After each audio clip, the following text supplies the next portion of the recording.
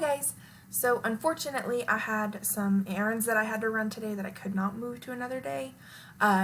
So I'm not at school, but we do need to start taking notes today. That way we can be on the appropriate pace for, that way you don't have homework over the weekend, basically. So, this is the only way that we can take notes today. Sorry about it. Sometimes it just be like that. But yeah, so I'm going to go through the notes that we have today. I'm going to be typing along what we need to write down in our notes, and it shouldn't take too terribly long. So I'm just going to go ahead and jump into it. All right. So we are starting our new unit today. It is called Bioenergetics. We kind of started it last week talking about energy and energy drinks, and we're really going to get into today what is energy and what does that mean for a biological person or a biological system. So, we're going to do a little bit of review from physical science, just about what energy is and the different types of energy, because it is relevant to us here. So, this is a diagram that's probably really familiar from physical science. You talk a lot about potential and kinetic energy. And what is energy? Well, energy is the ability to do work. Okay, so whoa, that was weird. Move that boy around. So energy is the ability to do work. In an organism, that is going to be like, working your muscles, working your lungs, firing neurons in your brain. You have to have energy to do those kinds of tasks. So we talked in the last unit about things that give us energy or ways that we store energy. And energy is simply just the thing that we need to do biological work. So, there's a couple different types of energy.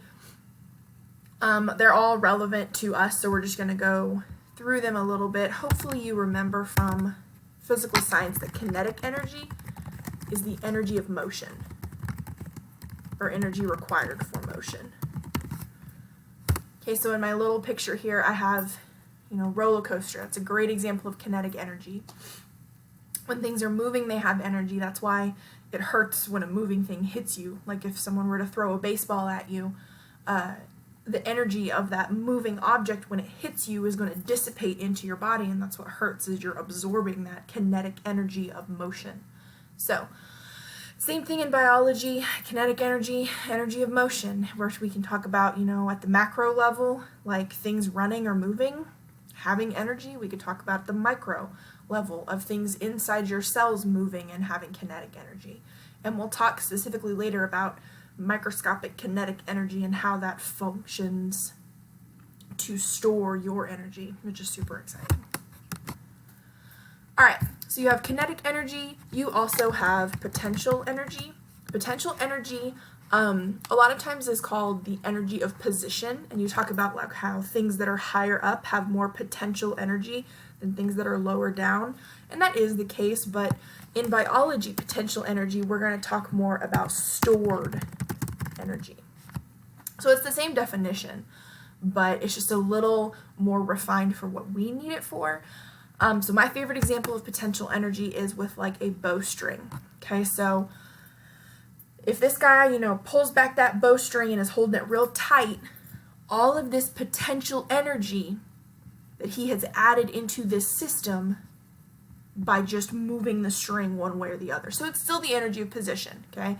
This string back here has more potential energy than if the string was up here, okay? But for us, potential energy is stored energy. That also means that, like, the energy that is inside of food. Okay, so you use kinetic energy to heat things and move the molecules around and actually force them to bind together, and then you store that kinetic energy within those molecules. So for us, potential energy is stored energy. Now, energy can be converted from kinetic to potential and from potential to kinetic, again with that bow and arrow. All of that potential energy that has been stored in that string by pulling it back can be converted into kinetic energy just by letting it go. Potential energy Kinetic energy, pull it back, potential energy stored, let it go, turns back into potential energy. Sorry. So, the more potential energy is stored, the more kinetic energy you're going to get out of it. Okay? So, because we live in an imperfect planet, or on an imperfect planet, there are some rules that govern how energy changes and how energy functions on our planet, and they're called the Laws of Thermodynamics, the first of which says that energy can neither be created nor destroyed. Now, the, first law of thermodynamics for dummies, what we really need to take away from that is two things. First of all, energy comes from somewhere. Okay, the energy that you use isn't just magically there. It has to come from somewhere. Okay? For us, the energy that we utilize to run our bodies comes from the food that we eat. Now, you can trace that back all the way where, I had, a hot dog for lunch. Okay? The bread used to be wheat, which got its energy from the sun. The hot dog used to be a pig, which ate grass, which got its energy from the sun. So the energy has to come from somewhere. And on our planet, all energy ultimately comes from the sun. The sun gets its energy because it is a huge fission explosion in space that's, whatever, too much. But energy has to come from somewhere, okay? And when we are finished with our energy, we transfer it, okay? So when we're using the energy, we don't really keep it. We use it, and in our using it, it gets transferred to something else, okay? So this one really hits into the second law of thermodynamics, which says that entropy in a closed system always increases. Now, that's really fancy boy talk for basically what amounts to energy cannot be transferred perfectly. Move this over. Okay, so what that means is energy can't be transferred perfectly.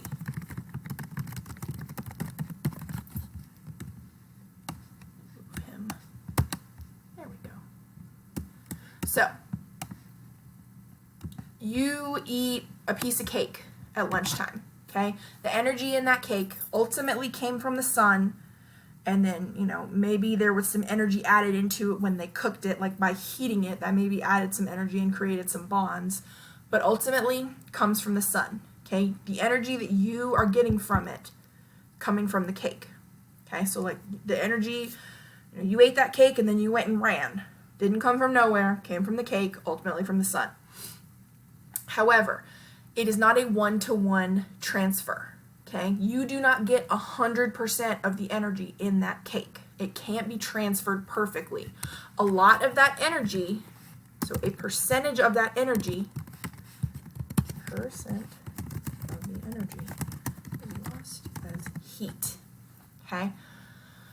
So if you go for a run, a lot of the energy from your food is going to be converted to forward motion. Okay, going to be converted to, something that is going to work your muscles, that is going to help you breathe, etc. But, like we know, if you go for a run, you're going to get hot and sweaty. Okay, it's because a lot of the energy from the food that you eat is getting converted to heat. Okay, it is lost as heat. Now, it's not lost. You can't get rid of energy, but it's just useless to us. Okay, so, and that also goes back to this first law. When we're finished with our energy, we transfer it, normally as heat. Okay, so energy has to come from somewhere, and the energy that we use most of the time gets lost as heat. So, another really great example is with a vehicle. Okay, if I want this car to go somewhere, I can't just expect it to go. I have to put energy into it. I have to put gasoline into it. The energy comes from somewhere. Now, I put the gas in, I burn the gas, it gets converted over into motion to, spin the tires or whatever. I'm not sure how cars work. But I do know that a lot of the energy that you put into that car does not get converted into forward motion. A lot of it is going to get lost in the form as heat, just like in your body. Okay, so if I were to drive my car from here to Little Rock and back, and then pop the hood and touch the engine, it's going to be really, really, really hot, because a lot of the energy in the gas has been converted into heat through friction, through, the burning of it. It's not a perfect energy transfer. Okay. Now, same thing happens in like the food that we eat. Okay. We have to get our energy from somewhere. So the energy that we are getting comes from the food that we are consuming, like this potato over here. Okay.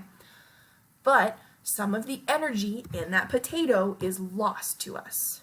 Okay. Whether that is heat, whenever, you have to chew it and the friction in your jaw muscles generates a little bit of heat, that is energy that is lost. Okay, there also is energy that is lost as unconsumable stuff. Okay, so this potato is going to give some of the energy from the potato plant to growing leaves and stems and roots and things that we don't consume. So we're only eating a fraction of the energy of this plant. Okay, so some of that energy is lost as just stuff that we're not going to eat. Okay, so you don't ever get 100% of the energy from something. It's always going to have some energy loss. Now, we've been saying energy, energy, energy, energy, energy, okay? But I want to talk specifically about what your body uses as energy. Because in the last unit, we said that carbs are the primary source of energy for a living organism. We also get energy from sugar, because sugar is what, carbs break down into. We store energy as fat. But I want to talk about what energy is in an organism. Okay, so, sorry, my leg is going out. I'm sitting on the floor. So the molecule that we use as energy in our body is called ATP. Okay, so ATP is functionally, let's say, the body's energy unit. Okay, so I can say I put energy in a car. It's not the same energy that I would put into you. Okay, I can pour gasoline in a car and get motion. If I pour gasoline into you, you would die. So, ATP is what your body actually uses as energy. It is adenosine triphosphate. So this is an adenine, with a sugar attached, which is called an adenosine, and then it has 1, 2, 3 phosphate groups attached to it. Okay? This is what your body is actually using as energy. What your body does is it takes the sugars and all the different foods that you eat and it turns them into this.